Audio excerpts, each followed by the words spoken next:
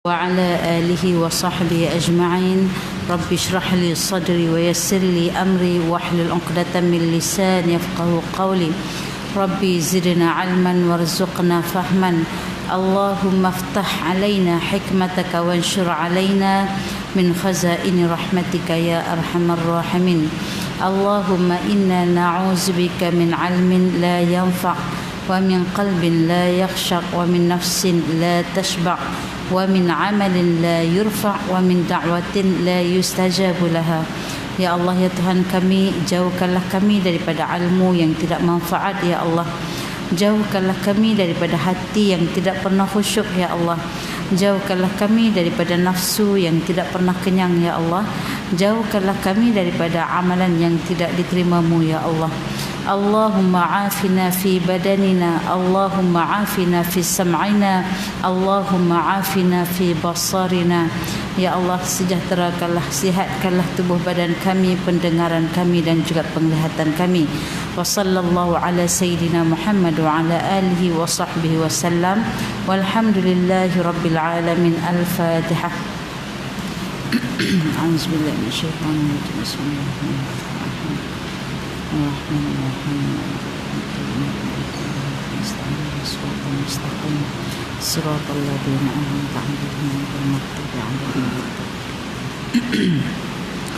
Syukur kehadrat Allah Subhanahu wa taala, kita rafakkan setinggi-tingginya kepada Allah Subhanahu wa taala yang telah memberi peluang dan masih lagi memanjangkan nafas kita untuk kita sering muhasabah diri kita, bertaubat kepada Allah Subhanahu wa taala, memulakan hidup baru kita pada tahun 2020. Tahun yang kita pun tak jangka kita akan hidup pada tahun ini kan.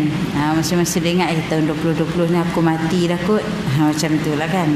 Tapi alhamdulillah ala kulli hal, asbab keberkatan pada umur kita, moga bertambahlah kebaikan amalan kita, juga bertambahlah ilmu kita dari semasa ke semasa, insya-Allah.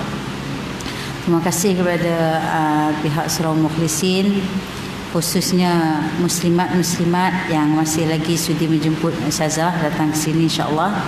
Kita share beberapa ilmu. Yang dah tahu itu maknanya dia dah dapat keberkatan dalam majlis ilmu. Yang tak tahu dapat dua. Satu dapat tambah ilmu, dan yang kedua dapat keberkatan dalam majlis ilmu. Ingat, insya-Allah orang yang keluar daripada rumah dia, langkah dia yang pertama dengan niat nak menuntut ilmu, maka Allah Ta'ala akan permudahkan syurga baginya. Kalau mati saat itu, maka syurgalah bagi dia, insya-Allah. Hadis yang kita pilih hari ini iaitu hadis yang berkaitan tentang ketakwaan dan lemah lembut, insya-Allah. Dan hadis ini juga kita ambil daripada 50 wasiat 50 wasiat Rasulullah sallallahu alaihi wasallam kepada wanita. Okey. Bismillahirrahmanirrahim. An Aisyah radhiyallahu anha qalat qala li ya Rasulullah sallallahu alaihi wasallam ya Aisyah alayki bitaqwallah azza wa jalla والرفق فإن الرفق لم يكن في شيء قط إلا زانه ولم ينزع من شيء قط إلا شانه. Itu salah satu hadis yang terhimpun di dalamnya ketakwaan dan sifat lemah lembut. Kita cuba tengok daripada sini. Hadis ini daripada Aisyah radhiyallahu an, iaitu isteri Rasulullah sallallahu alaihi wasallam, Sayyidatina Aisyah. Daripada Aisyah radhiyallahu anha, dia berkata, Rasulullah sallallahu alaihi wasallam pernah bersabda kepadaku. Rasulullah sallallahu alaihi wasallam pernah bersabda kepada Sayyidatina Aisyah, wahai Aisyah, kata Rasulullah sallallahu alaihi wasallam, hendaklah engkau bertakwa kepada Allah Subhanahu wa taala. Itu pesanan yang pertama, ya. Dan yang kedua, pesanan yang kedua, lemah lembut. Yang pertama tadi apa? hendaklah engkau bertakwa kepada Allah Subhanahu wa taala azza wa jalla.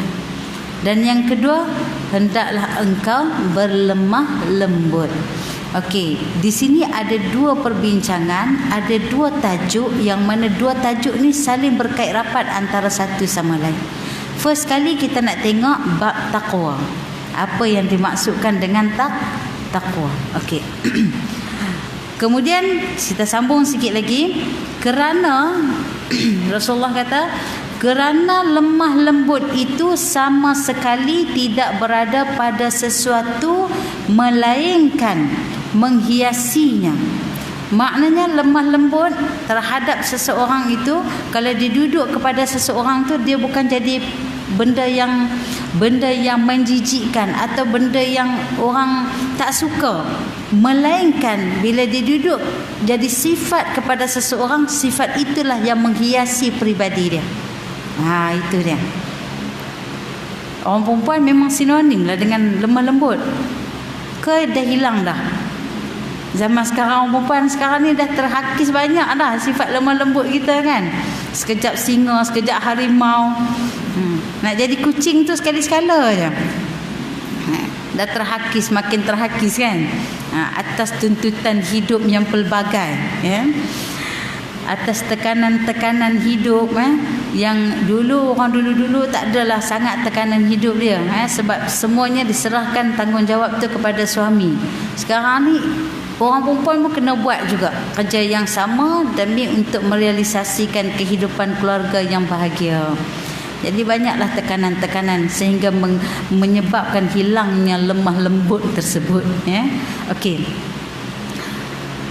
Kemudian dan lemah lembut itu sama sekali tidak terlepas dari sesuatu melainkan ia memburukkannya.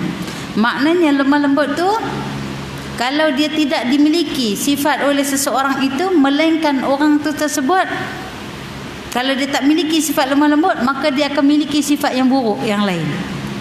Macam tu. Dia tak ada ke seseorang tu, kalau dia ada, mesti kawan tu akhlak dia baik. Macam tu. Tapi kalau kawan tu tak ada sifat lemah lembut, tak baiklah. Jangan kalau kita tengok istilah dia orang cakap, mulut je jahat tapi hati baik. Tak. Islam punya cara bukan macam tu. Kata-kata itu mencerminkan hati. Kasar tu boleh je, macam orang Kedah ni memang dia cakap tu orang dengar nada dia kasar. Tapi kalau percakapan dia kurang hajar, tak nama lemah lembut. Nada tu saja tak ada masalah kan, sebab dia memang style slang dia macam tu.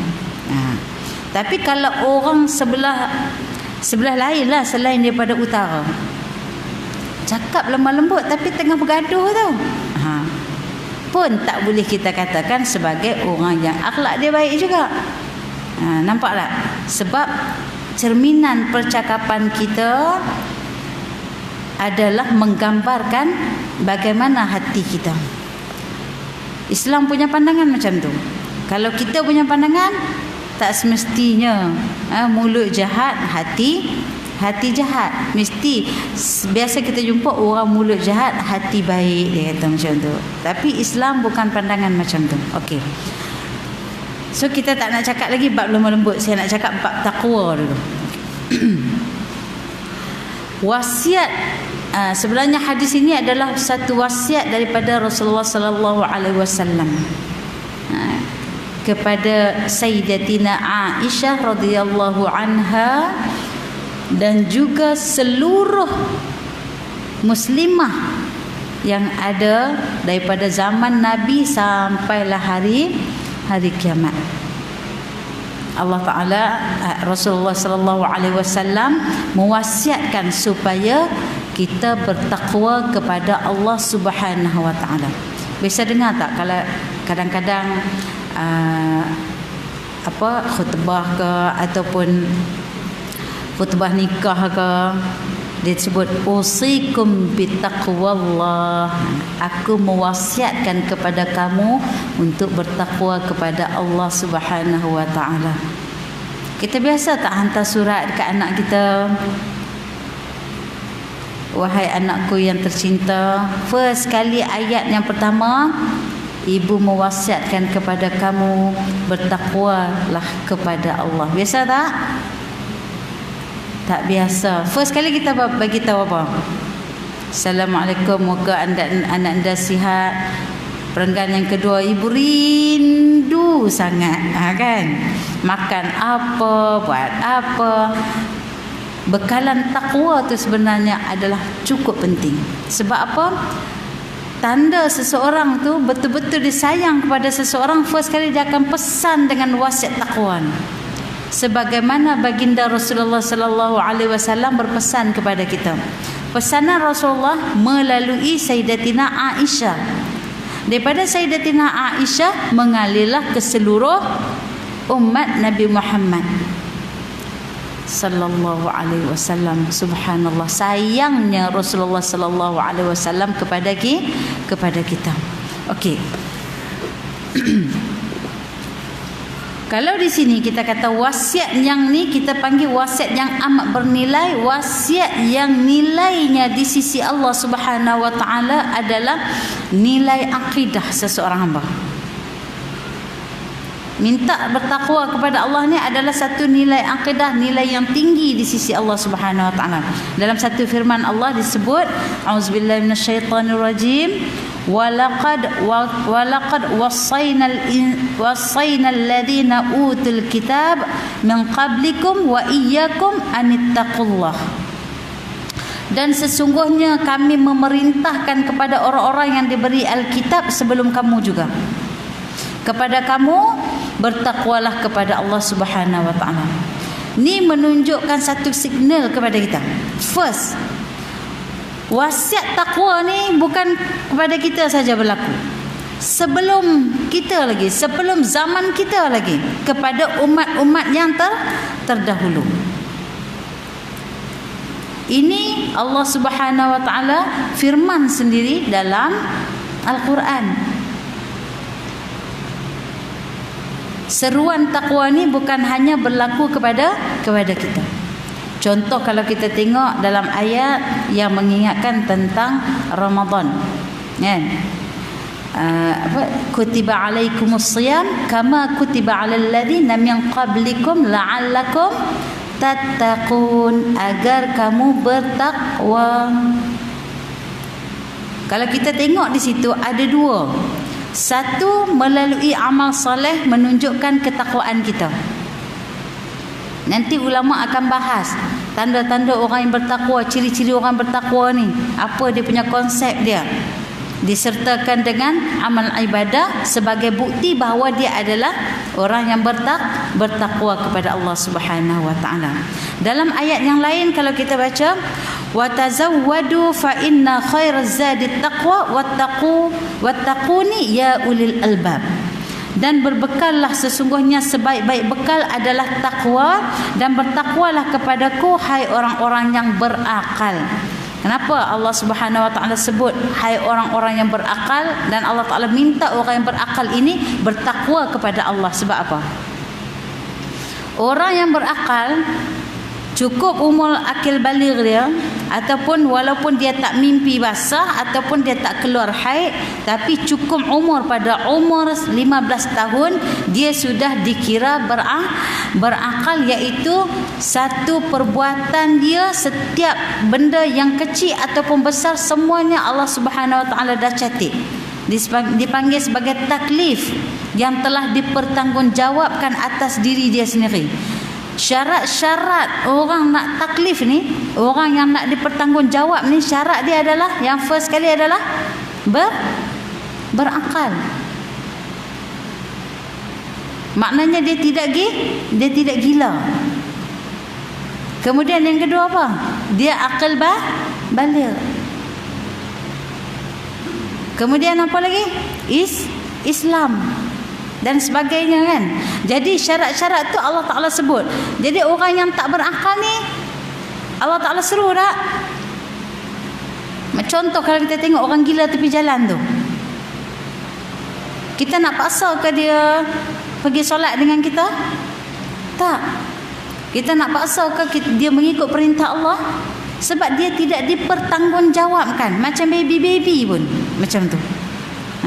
Setelah mana mencapai akal yang sempurna, maka barulah ditaklifkan, dipertanggungjawabkan kepada dia. Kalau sebelum ni kita masuk sikit fik nah. Contoh dia baru umur 7 tahun, dia baru umur 8 tahun, itu proses latihan. Kalau dia buat dengan sempurna, walaupun dia tidak dipertanggungjawabkan lagi segala tidak dipertanggungjawab lagi kewajipan-kewajipan yang lain kepada dia, tetapi dia melakukan dengan sempurna sesuai didikan mak ayah dia. Dia pergi belajar solat dengan sempurna, dia berwuduk dengan sempurna, kemudian dia menunaikan solat dengan sempurna macam mana kita menunaikan solat, maka solat dia diterima oleh Allah Subhanahu Wa Taala, pahala dia mengalir sampai kepada ibu bapa dia.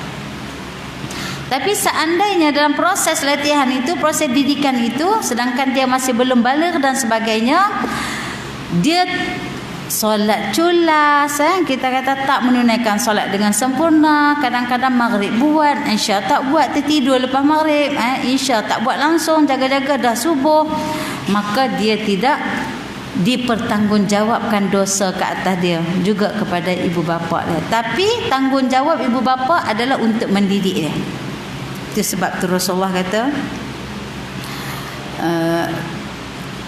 didiklah anak kamu solat pada umur 7 tahun. Wadribuhum. Dia kata wadribuhum, dan pukullah mereka pada usia 10 tahun. Kalau tak mau solat juga, walaupun 10 tahun tu, kalau budak perempuan biasanya 9 tahun dah. Sekarang lah, kita dulu sampai tingkatan 1, tingkatan 2 kan.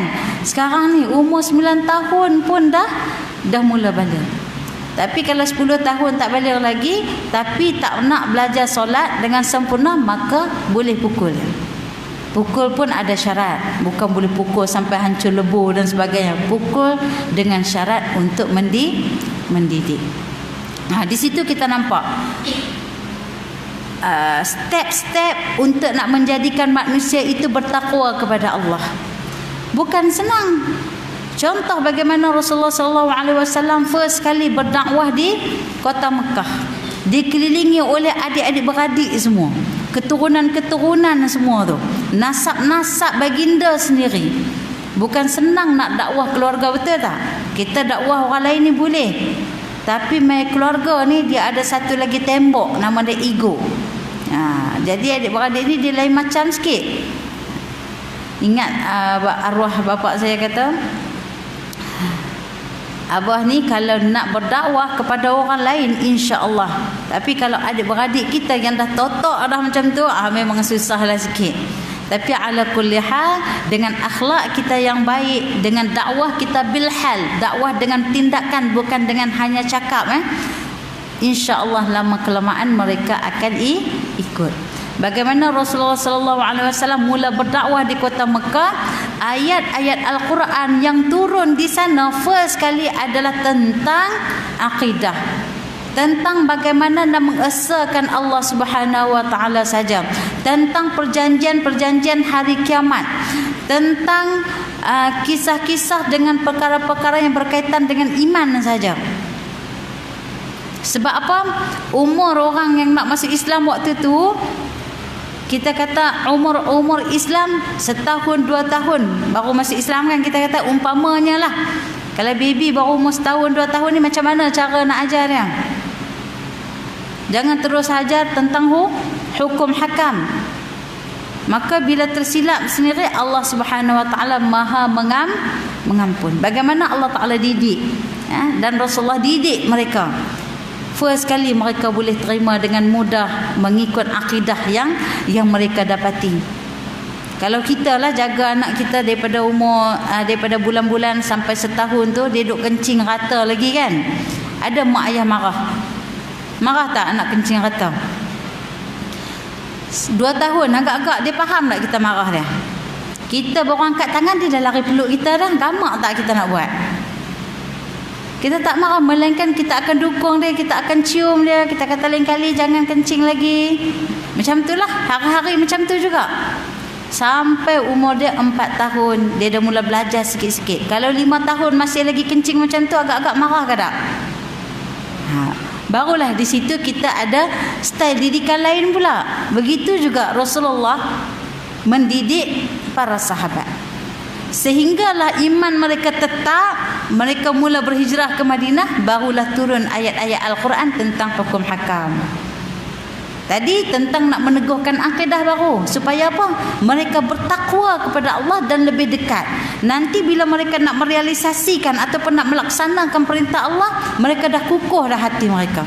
Sampai di Madinah, mereka mulalah turun ayat-ayat tentang hukum hakam dan mereka boleh ikut sedikit demi sedikit, step by step. Itulah cara dia. Bagaimana kita nak jadikan ketakwaan itu adalah milik kita.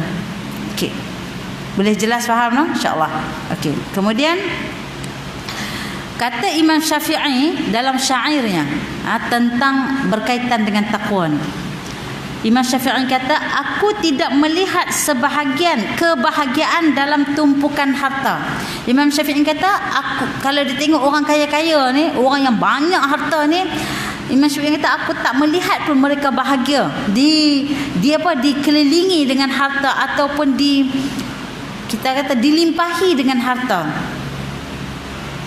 Kalau kita pula, tak apalah, dia ada kereta besar, dia ada rumah besar, dia ada tilam besar, dia pun besar, kaya lah tu. Okey, senanglah hati dia. Kita membaca dengan kadar ilmu kita, dengan kadar nafsu kita. Kita mengukur orang bahagia dengan kekayaan, betul tak? Betul ke tidak? Betul kan? Kalau tidak, hari-hari kita tak minta lah, ya Allah luaskan rezekiku, ya Allah, kan? Kita kita salat duha tu mana ada siapa salat duha, ya Allah cukuplah aku takat ni, banyak sangat duduk makan ni, besar dah ni badan ni. Tak ada. Mesti kita akan doa, ya Allah luaskan rezekiku, ya Allah berkahilah rezekiku, ya Allah. Tak habis-habis minta rezeki. Betul tak? Sebab kebanyakan kita menilai kekayaan itu, kebahagiaan seseorang itu berdasarkan limpahan harta yang ada di kelilingnya. Arwah bapa saya pernah wasiatkan sesuatu. Dia kata kalau nak doa, jangan minta kaya, tapi minta senang. Minta senang tu, kita tak ada harta pun, kalau Allah Ta'ala izinkan untuk buat kebaikan, kalau Allah Ta'ala izinkan keinginan kita, Allah Ta'ala akan lorong dengan mudah. Allah Ta'ala akan beri jalan dengan mudah. Tak payah minta kaya, tak perlu minta harta bertumpuk-tumpuk kepada kita, biar rezeki kita ada pada orang lain. Tapi sampai masa kita nak sampai benda tu, itu lebih baik daripada kita minta kaya. Dah minta kaya, maintenance pun besar, kan? Maintenance besar, kita juga nak kena langsaikan, hati pun jadi tak tenang.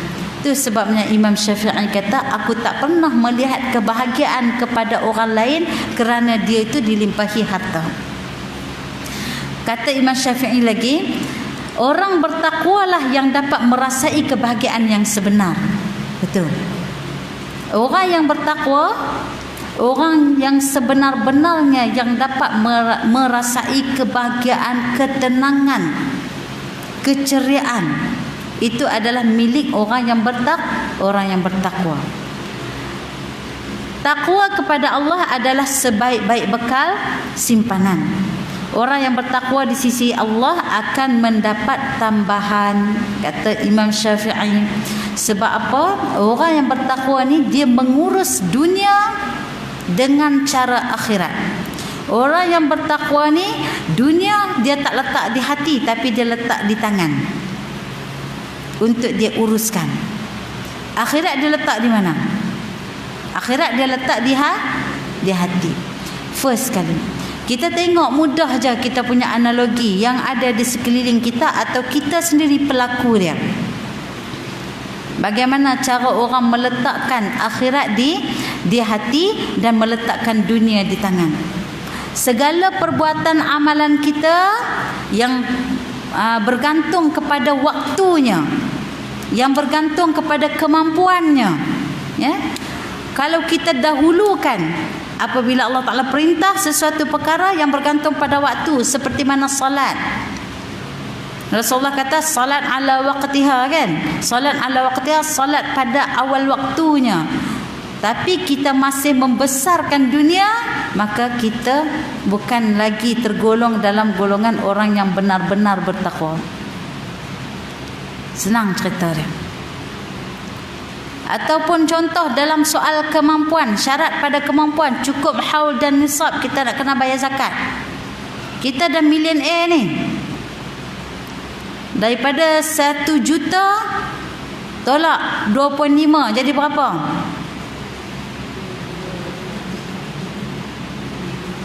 Kah cikgu matematik lah kah? Dapat berapa? 250. Kalau 250 agak-agak beli kereta lepas tak? Lepas. Beli rumah pun lepas juga tu. Kau sederhana kan? Lepas. Tu nak kena keluar zakat tu. Langsam 250,000. Teragak-agak tak? Teragak-agak tak? Kalau 250,000 ni, kalau aku beli kereta 2 biji dapat. Kalau Azia dekat-dekat 4 biji aku dapat ni. Boleh buat sewa lagi. Kita ingat orang yang nak kena bayar zakat tu dia tidak diganggu oleh syaitan. Kalau dalam soal harta berskala kecil tak apa. Contoh kalau kita hanya ada 20 ribu yang kita kena keluarkan zakat, kurang-kurang RM250. Tak ada hal lah. Tapi kalau sampai 1 juta tolak 2.5, main tak agak-agak ni, nampak gaya. Di situ pun kita dah tahu dah, kita membesarkan dunia ada dalam hati ke dunia ada di tangan sebenarnya? Of course lah di tangan. Of course lah di hati dunia tu. Akhirat pun terlepas di tangan kalau macam tu. Nampak? Itu lingkungan yang boleh kita jadikan sebagai contoh. Tak kena dekat kita, okeylah. Kan? Apa malas bayar zakat? Zakat tu penyucian harta. Cuba kita jadi millionaire. Dengan harga yang sekian-sekian kita kena keluarkan. Bagaimana agaknya? Allahu Akbar, Masya Allah, cabaran tu. Nak tahu bagaimana kita menguruskan akhirat kita, bagaimana kita menguruskan dunia kita. Di situlah terletaknya level ketakwaan yang kita ada sebenarnya. Lagi hal-hal yang remeh lain tu banyak lagi kan sebenarnya. Saat mana kita diliputi kesenangan, saat mana kita diliputi limpahan harta yang banyak, doa kita pun berubah. Masa kita duduk sedih-sedih, masa kita kena timpa musibah, masa kita Allah Ta'ala uji kita dengan ujian, ya Allah, Masya Allah, Tabarakallah, sudah jatuh ditimpa tangga, tercium pula tai ayam. Itu kata malang bertimpa-timpa kan. Masa tu macam mana doa kita? Setiap malam bangun tahajud tak pernah tinggal. Sebut nama Allah saja bergetar dah hati kita, air mata mengalir tak henti-henti. Kesat air mata, air hidung sama banyak. Menangis sungguh, sebut saja nama Allah. Nak cerita tentang kesusahan yang kita sedang hadapi itu, tak dapat kita. Dalam tangisan tu tak tahu apa yang keluar. Sedar-sedar orang azan subuh pun tak sedar. Kata dah masuk waktu. Lamanya kita dengan Allah waktu tu 4 jam contoh. Punya apa? Punya khusyuknya kita, punya rasa dekatnya dengan Allah saat kita ditimpa musibah. Satu masa, satu ketika Allah Ta'ala pun berilah apa yang kita minta dalam doa. Nikmat yang kita dapat melimpah ruah. Masa tu doa kita pun telah bertukar 360 darjah. Tak ada lagi tangisan, tak ada lagi hingusan, tak ada lagi bangun malam. Antara doa antara solat lepas solat waktu yang wajib tu je, tu pun doa macam hafal saja di mulut saja. Rabbana atina fid dunya hasanah wa fil akhirati hasanah wa qina adzabannar. Tak tahu makna apa tu. Apa makna pun tak perasan. Saat itu kita terlupa. Di situlah kita tahu level takwa yang ada pada diri kita. Takwa yang bagaimana yang kita cuba bayangkan, yang cuba kita miliki ketakwaan tersebut. Macam mana nak jadi orang yang berjaya bila Allah Ta'ala kata innal muttaqina mafazan hadaiqa wa a'naba. Allah Ta'ala sediakan kenikmatan kebun-kebun syurga hanya untuk orang yang berjaya, iaitu orang yang bertakwa tadi. Susah nak jadi orang takwa? Susah tak? Susah tak? Susah, tapi masih ada peluang. Masih ada peluang, insya-Allah. Okey. Kemudian Umar Abdul Aziz pernah menulis surat kepada seseorang tentang, sebelum tulis surat kepada seseorang tu, Umar Abdul Aziz first kali dia akan mewasiatkan. Macam saya kata tadilah, usikum bittaqwallah. Aku berwasiat kepadamu agar bertakwa kepada Allah, yang selain takwanya tidak akan diterima. Suruh bertakwa kepada Allah, takwa dekat lain, makhluk lain tidak akan diterima oleh Allah Subhanahu wa taala. Yang tidak akan mengasihi kecuali orang yang bertakwa. Orang yang bertakwa ni dia saling kasih mengasihi. Ini di antara hubungan sahabat dengan sahabat. Hubungan diri kita dengan keluarga. Orang yang bertakwa bila dia kasih kat keluarga dia, bila dia kasih dekat sahabat dia, dia akan tegur secara direct tetapi dengan skill mengikut pribadi seseorang. Saya sayang kamu kerana Allah. Saya nak masuk syurga dengan kamu. So dia tak takut nak tegur sahabat dia dengan baik. Dia sembunyi aib sahabat dia. Dia tegur. Sebab apa dia tegur?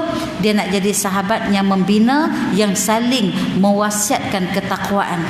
Kalau saya salah, tolong tegurkan saya. Kalau kamu salah, saya tolong tengok. Kita nak, paling kita nak sahabat yang macam tu. Tapi hari ini ramai orang tak nak sahabat macam tu. Sahabat yang macam tu boleh menyentap hati, dia kata. Kena tegur sentap, kena tegur sentap kan. Sepatutnya kita kena ada sahabat yang macam tu. Tapi kita lebih suka sahabat yang mengampu. Kita lebih suka sahabat yang memuji-muji, tidak menjatuhkan kita. Walaupun dia tidak ikhlas, asalkan dia puji, okeylah. Sepatutnya kita nak sahabat yang sentiasa mengingatkan kepada ketakwaan kepada Allah Subhanahu wa taala. Ini fungsi seorang sahabat, dipanggil sahabat syurga. Sahabat yang dia berimpian, dia bukan impian sekadar dunia saja nak duduk dengan sahabat dia. Impian dia adalah impian syurga, nak jumpa dengan sahabat dia di syurga nanti. Sahabat ini saling mengingat dengan ketakwaan. Kata Umar Abdul Aziz lagi, yang tidak diberi pahala kecuali kerananya. Kalau kita bertakwa hanya kerana Allah, kita menegur sahabat kita kerana apa? Kita nak sahabat kita bertakwa juga kepada Allah, maka pahala itu tidak akan diberi kepada selain daripada niat ketakwaan tersebut, kecuali kerana Allah. Sesungguhnya orang yang menasihati agar bertakwa cukup banyak, tetapi yang mengamalkannya hanya sedikit. Semoga Allah menjadikan kita dan juga dirimu termasuk orang-orang yang bertakwa. Para ulama terdahulu, para sahabat-sahabat terdahulu, para amirul mukminin terdahulu, mereka ni bila mengutuskan surat kepada sahabat-sahabat yang lain ataupun kepada anak mereka, first kali mereka akan sebut, bertakwalah kamu kepada Allah Subhanahu wa taala. Okey.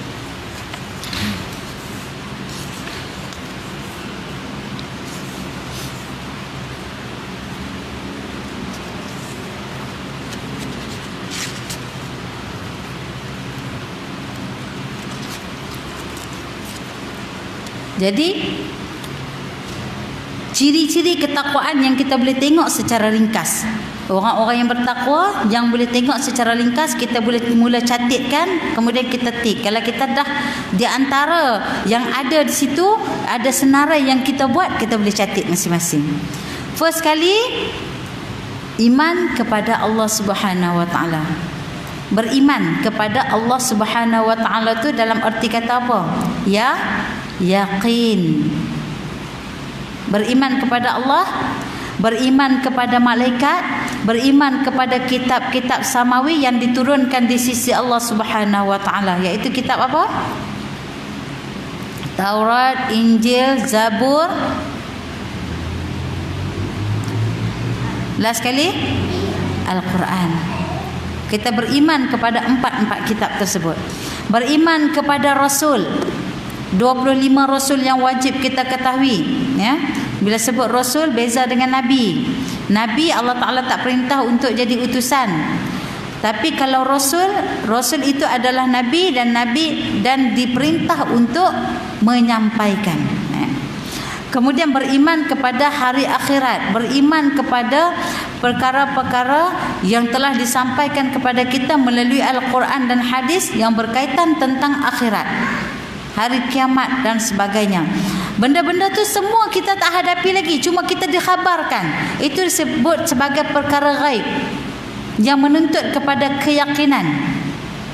Betul tak? Kita dituntut untuk nak menjadi sebahagian orang Islam mesti beriman kepada akhirat. Rukun iman ni tolak 1 kosong. Kalau matematik biasa 5 tolak 1, 6 tolak 1, 5 kan? Tapi kalau rukun iman 6 tolak je 1.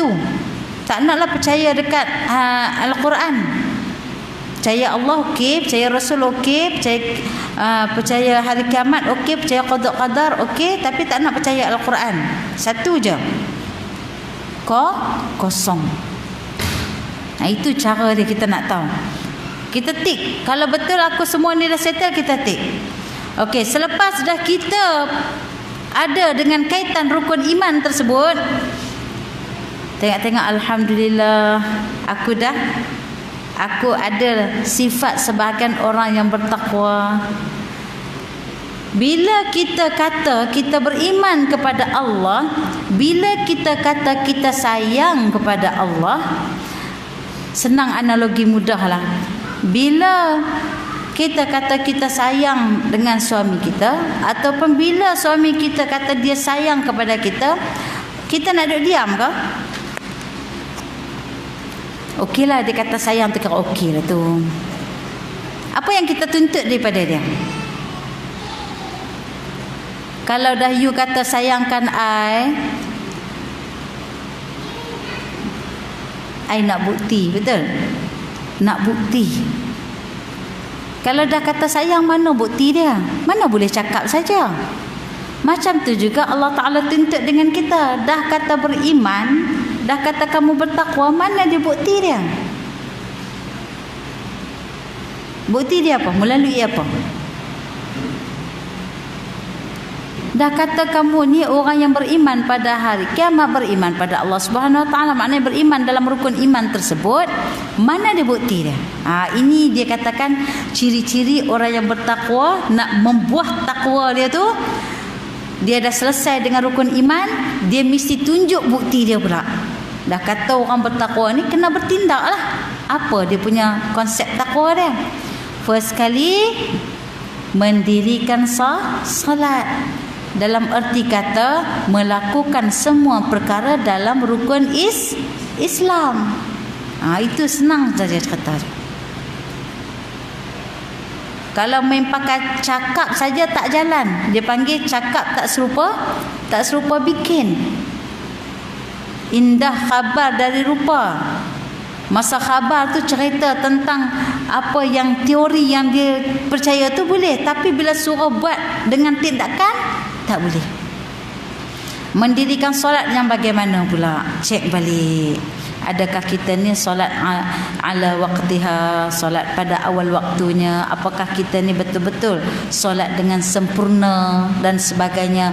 Maksudnya kita duk solat selama 30 tahun ni, 35 tahun, 45 tahun, 55 tahun ni, solat kita tu betul ke tak? Kalau berasa macam tak betul, silalah belajar tentang solat dengan sempurna. Jangan malu, sebab dia ada kaitan kita dengan Allah. First kali, amalan yang Allah Ta'ala akan tanya kita di hari akhirat, kaitan kita dengan Allah adalah melalui salat. Dan yang kedua, salat inilah yang memisahkan ataupun menjadi satu tanda aras kita, orang Islam dengan orang kafir. Tiba-tiba nama Islam, tiba-tiba tak salat, sama aja dengan orang kafir. Hidup bagaikan binatang, memenuhi kehendak biologi sahaja, tapi tidak mentaati perintah yang Maha Pencipta kita. Jadi sebagaimana hidup macam binatang. Allahu Akbar, Masya Allah, Tabarakallah. Kemudian yang keduanya, menunaikan zakat. Itu termasuk dalam rukun Islam. Menunaikan zakat apabila cukup haul dan nisab. Kalau kita kena buat, walaupun sayang, macam tadi saya kata, walaupun sayang sangat duit tu nak bagilah. Itulah penyucian dia. La in syakartum la azidannakum. Itulah bentuk syukur kita kepada Allah yang memberi kepada kita nikmat yang melimpah ruah. Bila cukup masa, cukup haul dan cukup nisab, maka kita tunaikan tanda syukur kita kepada Allah. Kenapa? Allah Ta'ala akan tambah dan tambah. Saya pernah jumpa orang yang macam ni, orang yang tak pernah berkira dengan harta benda. Orang yang bila dia datang tengok dekat surau, oh aircon tak ada, besok aircon sampai. Oh, tapi dengan cara diam-diam. Tapi orang tahulah, diam-diam pun mestilah orang tahu kan. Bila dia tengok kelas pengajian tak cukup apa-apa maintenance, dia akan tambah. Oh, bila orang perlu, dia akan beri secara diam-diam. Bila dia tengok para asatizah, contoh, para asatizah ni dia bukan jenis minta zakat dan sebagainya, dia pun ada air muka. Dia tengok saja, dia perlu, dia bagi. Saya pernah jumpa orang yang macam ni, yang setiap tahun Allah Ta'ala tambah nikmatnya. Tender dia setiap tahun masuk bukan sedikit-sedikit, berjuta-juta. Disebabkan apa? Dia tidak mengguna kenikmatan yang hanya Allah Ta'ala beri itu untuk diri dia dan keluarga dia, tapi dia memberi dan terus memberi. Kata itulah salah satu daripada tanda syukur dia kepada Allah Subhanahu Wa Ta'ala. Allahu Akbar, Masya Allah. Semoga Allah Ta'ala panjangkan usia orang yang macam ni. Kemudian, dan yang ke-8, betulkah kita ni orang yang bertakwa apabila kita termasuk dengan orang yang memberi harta yang dicintainya kepada kerabatnya, iaitu adik-adik beradiknya yang susah tu, keluarga-keluarga dia, abang dia, kakak dia yang susah. First kali, kenapa disebut kerabat? Kerana kerabat itu adalah keutamaan. Tak naklah sebab selalu bergaduh dengan dia orang, malaslah nak bagi dekat sahabat. Tak kena. Orang yang memutuskan silaturrahim la yadkhulnal jannah. Qati'ur rahim, tidak akan masuk syurga orang yang memutuskan silaturrahim. Sambunglah walaupun perit.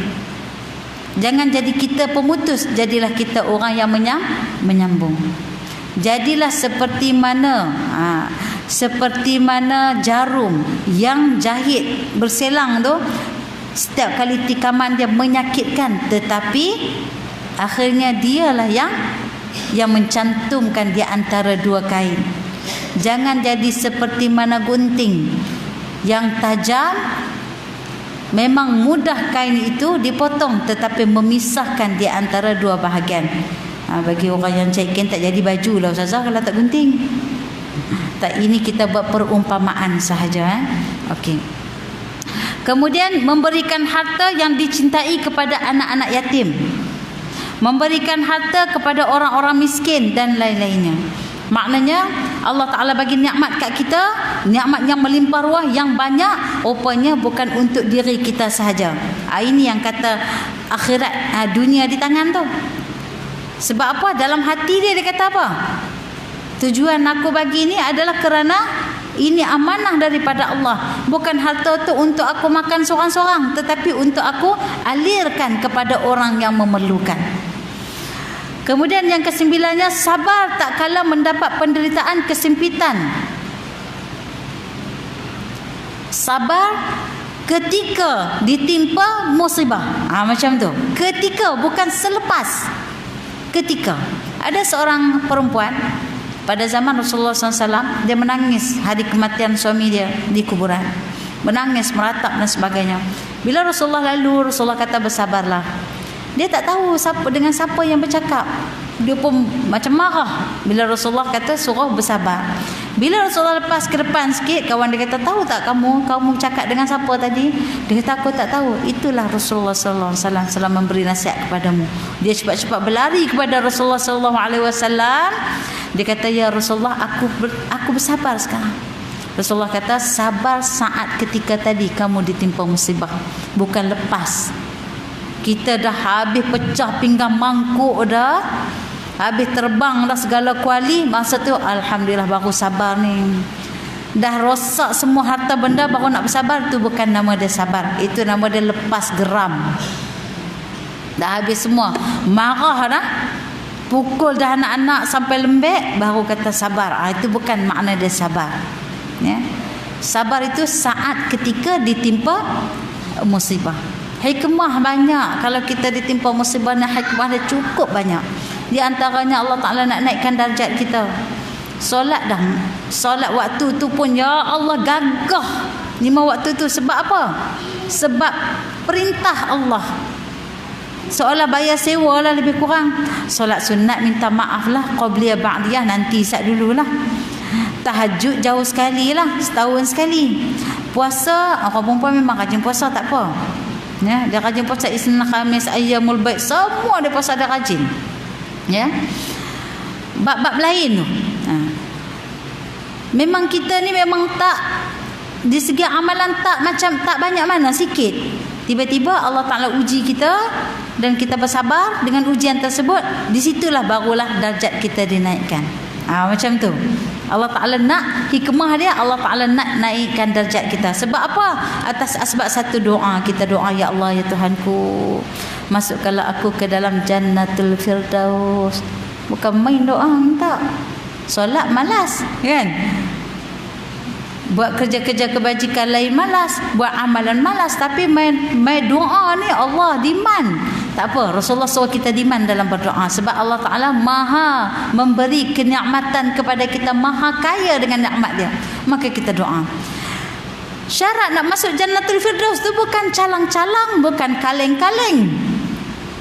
Mestilah orang yang nak masuk tu orang yang hebat. So Allah Ta'ala ujilah kita supaya apa? Supaya bila kita sabar di situ, mencanak naik darjat kita di sisi Allah. Asbab ujian tersebut. Ujian pula level dia tak sama. Jiran kita ujian dia lain. Jiran kita sendiri ujian lain. Jangan duk minta ujian jiran kita. Ya Allah, kalau akulah jadi macam dia, aku boleh sabar, ya Allah. Jiran sebelah pula kata, ya Allah, kalau aku jadi macam dia, aku boleh sabar. La yukallifullahu nafsan illa wus'aha. Allah Ta'ala tidak akan beri ujian, tidak akan menimpakan ujian sesuai dengan kemampuan hamba dia. Dia tahulah kita bagaimana. Barangkali hikmah ujian tersebut kerana Allah Ta'ala nak kafarah dosa kita. Baru 4 tahun ni je jadi baik. Yang 28 tahun tu lagi, ya Allah, tak tahulah orang nak kata manusia kan, nak kata haiwan. Wallahu alam. Macam mana kita masa tu dengan Allah? Mengkhianati Allah hari-hari. Solat dak, tutup aurat pun dak. Menderhaka lagi kepada suami. Kalau tak berkahwin, menderhaka kepada ibu bapa. Baru 4 tahun ni je jadi baik. Lepas-lepas jadi baik terus dapat ujian. Masa jadi jahat dulu ni tak ada ujian apa. Senang je nak buat apa benda tak baik pun. Allah Ta'ala tak pernah uji. Nak buat apa mudah je. Tiba-tiba nak selepas jadi baik 4 tahun kebelakangan ni, Allah Ta'ala uji daripada satu ujian ke satu ujian, satu ujian ke satu ujian. Cuba baca hikmahnya. Barangkali Allah Ta'ala nak kafarah habis dosa-dosa aku 28 tahun dahulu. Jangan pula tegur, ya Allah, bila aku buat baik kau uji aku pula. Jangan mengeluh macam tu. Baca hikmah dia. Hikmah Allah tu banyak, luas sangat. Barangkali Allah Ta'ala uji kita, beri ujian yang kecil, rupanya nak tarik ujian yang besar.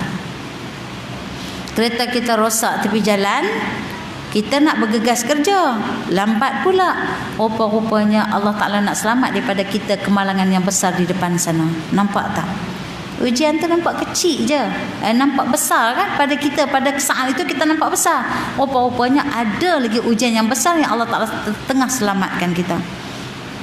Beli tiket Air Asia konon, kan Air Asia kena 3-4 jam dulu pergi. Terlambat sampai, kan?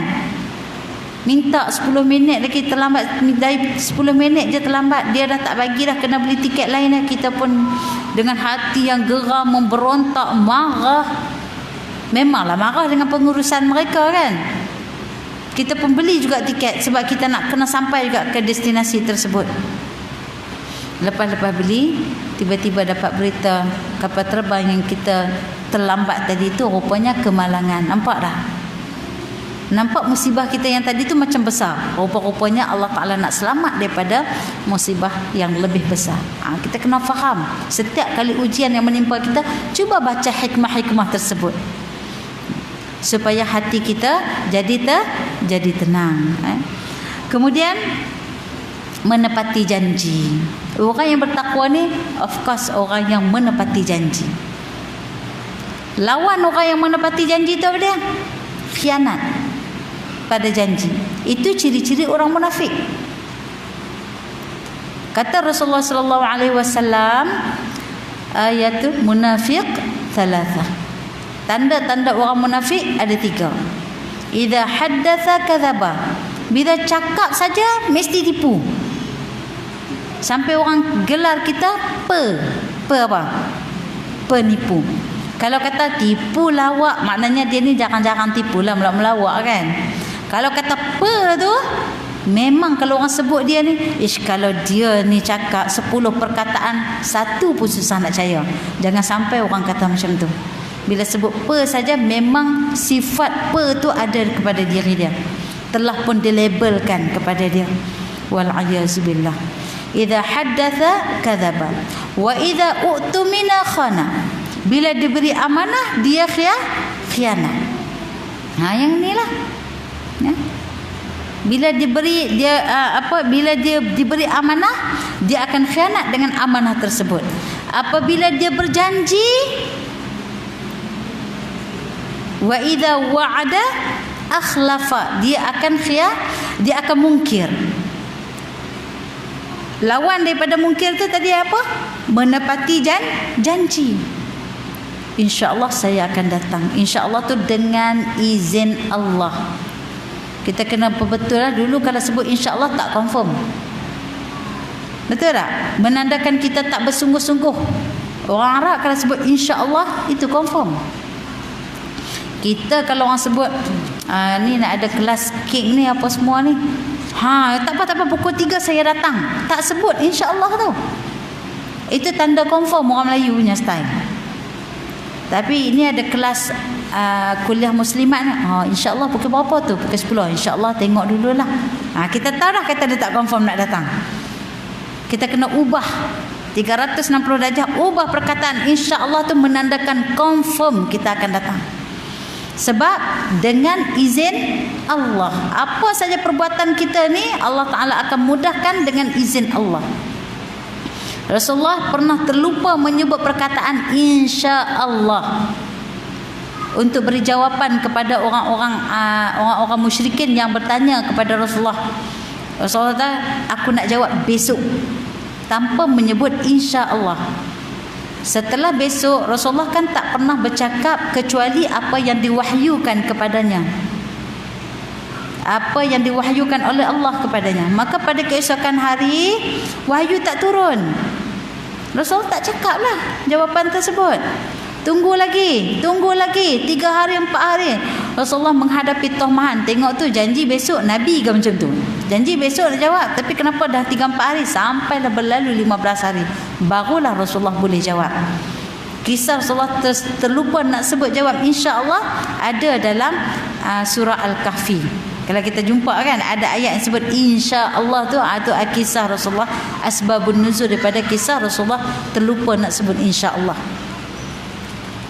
Begitu juga yang berlaku kepada Nabi Sulaiman, yang dia ada 100 orang isteri, dia nak menggeliri isteri dia 100 orang dalam satu malam. Kerana apa?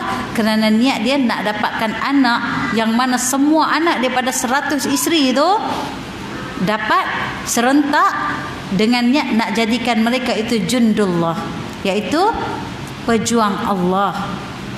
Namun Nabi Sulaiman terlupa nak sebut perkataan insya-Allah. Bila terlupa nak sebut perkataan insya-Allah itu, maka satu pun daripada isteri yang dia giliri pada malam tersebut tidak mendapat zuriat. Tinggal seorang je, tu pun dapat anak dia tak sihat. Nampak? Sebab hanya satu perkataan insya-Allah tu. So kita jadikan insya-Allah itu adalah jawapan confirm daripada kita yang memang kita benar-benar nak buat. Kita kena serta perkataan insya-Allah. Kalau orang tua-tua kata, dia kata apa? Lapik kan? Cakap tu bagi berlapik sikit. Jangan confident kata kita je yang buat semua, apa daya tu daya kita. Bila kita sebut insya-Allah, itulah jawapan seorang hamba yang tawaduk. InsyaAllah. Tapi kita bukan jawapan tawaduk tu, jawapan tak confirm. Kena ubah balik. Lepas tu kita kena ubah. Dan yang seterusnya, benar dalam keimanannya kepada Allah. Bila dia kata dia beriman kepada Allah, dia benarkan. Maknanya dia mesti siddiq. Apa yang dia buat, apa yang dia cakap, apa yang dia niat, apa yang dia cakap, itulah pada tindakan dia. Itu dipanggil orang tu siddiq. Sehingga kan digelar as-siddiq kepada Sayyidina Abu Bakar radhiyallahu an. Subhanallah. Sebab apa? Apa yang dia kata itu dia membenarkan pada tindakannya. Subhanallah. Kita contohlah, pernah tak kita esok lagi aku nak bagilah, lepas masak ni nak bagilah dekat jiran sebelah, masaklah banyak-banyak, tiba-tiba nak balik ramai, tak jadi bagi. Benar tak? Tak benar. Pada niat kita tu dah tak benar dah. Itu nak didik bagi kita jadi orang yang benar. Bila kita niat yang baik, buatlah. Pernah tak kita buat saat lagi nak solat duha lah, dah wuduk apa semua, tiba-tiba pergi buat kerja lain. Tiba-tiba kerja lain tu apa? Main WhatsApp ke, call telefon, jadi lambat, sembang. Allah, terlepas duha. Masa tu kita tanya balik, aku bukan orang yang benar lagi. Maksud benar di situ kalau kita tengok dalam penawar hati, itulah maksud siddiq di situ. Apa yang kita niat, apa yang kita cakap, itulah kita punya amalan kita. Barulah kita ni orang yang benar. Yang benar tu bukan kita sebut lah.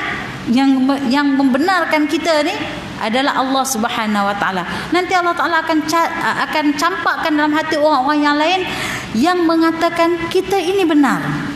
Dia ni kalau kakak ni, kalau dia cakap dia akan buat, dia ni alhamdulillah. Dia tak pernah cakap saja, dia tak pernah cakap kosong.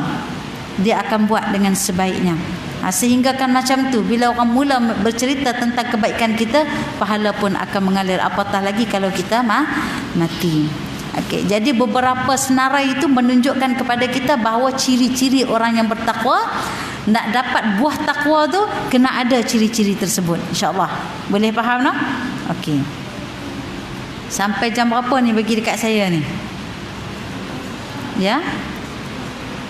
11? 11.30 Okey. Lagi setengah jam saya akan bincang bab lemah lembut pula. Kita akan tengok insya-Allah dah takwa dah semua dalam ni insya-Allah. Kita akan tengok macam mana ketakwaan tadi dihiasi dengan sifat yang lemah lembut insya-Allah. Okey.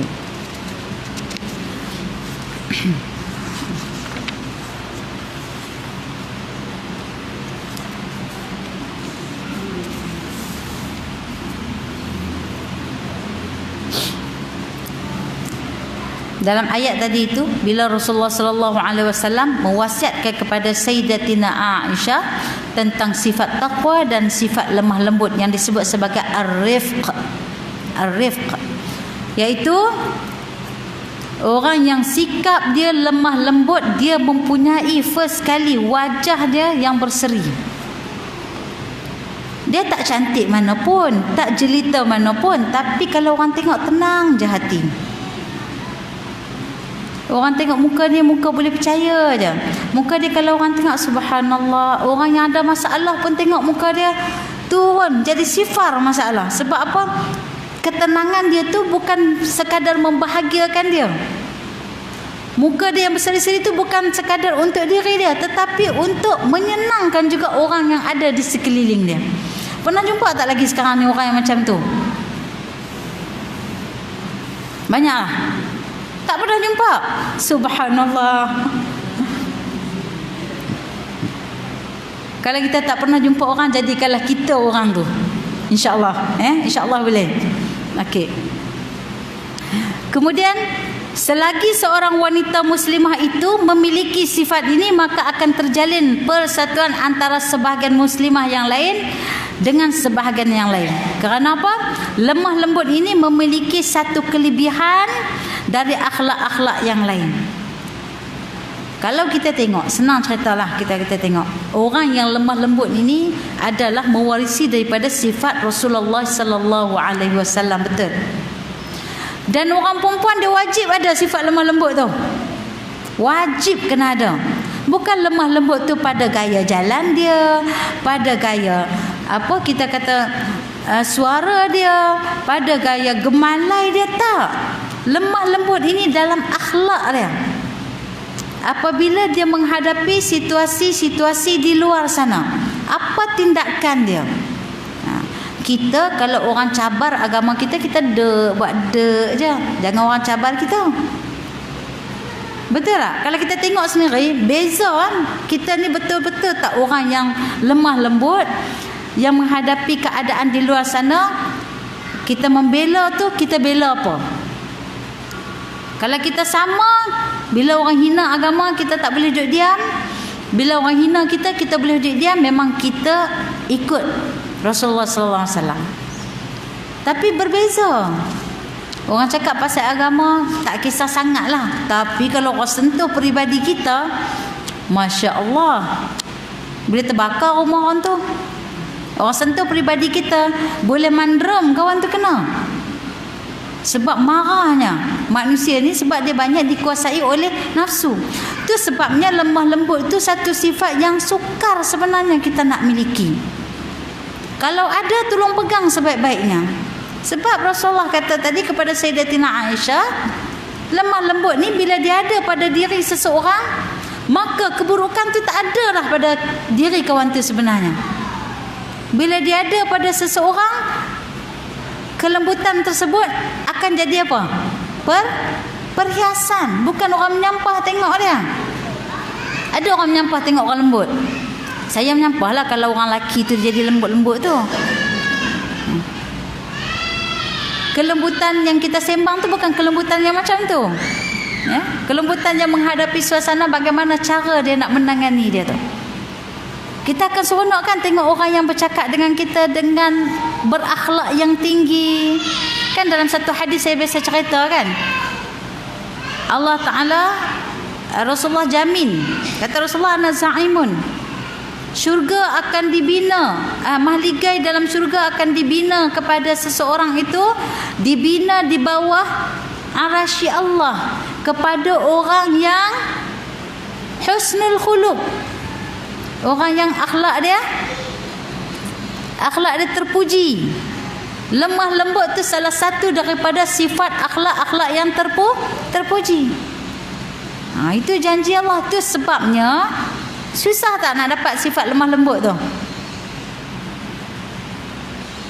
Kalau kita tengoklah mak-mak kita, arwah mak kita dulu dan sebagainya, ada juga kebaikan-kebaikan yang kita nampak kan. Tapi sekarang ni nak cari contoh tu susah. Itu maksud dia lemah lembut tetapi tegas. Kemudian sifat lemah lembut ini mempercantikkan orangnya dan memperindahkan di mata manusia dan di sisi Allah secara semula jadi. Tak payah pakai produk apa pun. Dari segi dalaman dia mempercantikkan. Maknanya dah dia kata perhiasan, maka bila dia duduk kepada seseorang itu, dia akan jadi sesuatu yang menghiasi diri seseorang itu tanpa seseorang itu perlu mencari produk-produk untuk mencantikkan dia. Macam tu. Berapa ramai kita tengok orang yang cantik tetapi tidak dihiasi akhlak yang baik, maka dia tak nampak cantik. Nampak apa? Nampak palsu di situ. Betul tak? Berapa ramai yang kita jumpa orang yang tak cantik tetapi bila dihiasi saja akhlak terhadap diri dia, serta-merta kita kata apa? Ya Allah, sejuk perut tengok dia, sejuk mata tengok dia, pandang tak jemu walaupun muka dia manggis. Macam itulah. Nampak tak? Tapi sebab apa? Sebab dia dihiasi akhlak yang baik. Okey. Itu di sisi manusia, bahkan di sisi Allah Subhanahu Wa Taala. Sudah tentu orang ni bukan berlakon. Bukan dia mengada-adakan. Orang ni mesti dia jaga akhlak dia dengan manusia, akhlak dia dengan Allah. Hubungan dia mesti dia jaga hubungan dengan manusia, hubungan dia dengan Allah. Dia terkait juga dengan orang-orang yang bertakwa tadi. Okey. Kemudian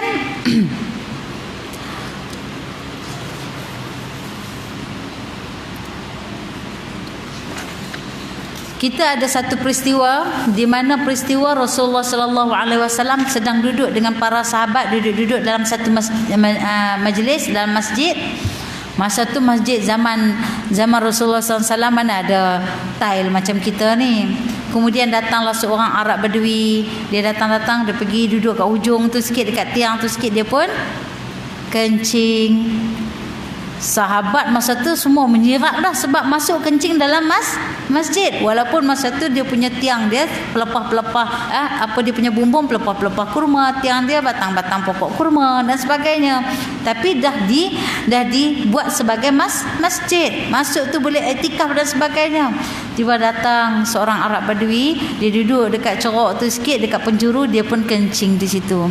Apa kata Rasulullah sallallahu alaihi wasallam bila sahabat dah menyirak? Kalau Saidina Umar patah lagi, si Islam bulan hilang kepala kawan tu. Jadi kata Rasulullah SAW, biarkan saja orang itu, biarkan saja dia, dan siramkanlah sebaldi air. Sesungguhnya kamu semua diutus untuk memudahkan, dan tidak diutuskan untuk menyulitkan dia. Kalau semua silap sikit pancung habis. Biarkan dia. Itu kelembutan yang Rasulullah zahirkan. Tentang apa? Tentang peribadi kita kata. Rasulullah terzahir dengan sifat kelembutan. Biarkan dia, biar dia habiskan dulu. Di sini tergantung dalam hukum fiqh cukup banyak. Kalaulah masa tu tegur dia terkejut, dia bangun, dia lari, kencing dia tadi tak habis, apa akan jadi? Najis dia akan berselirat rata.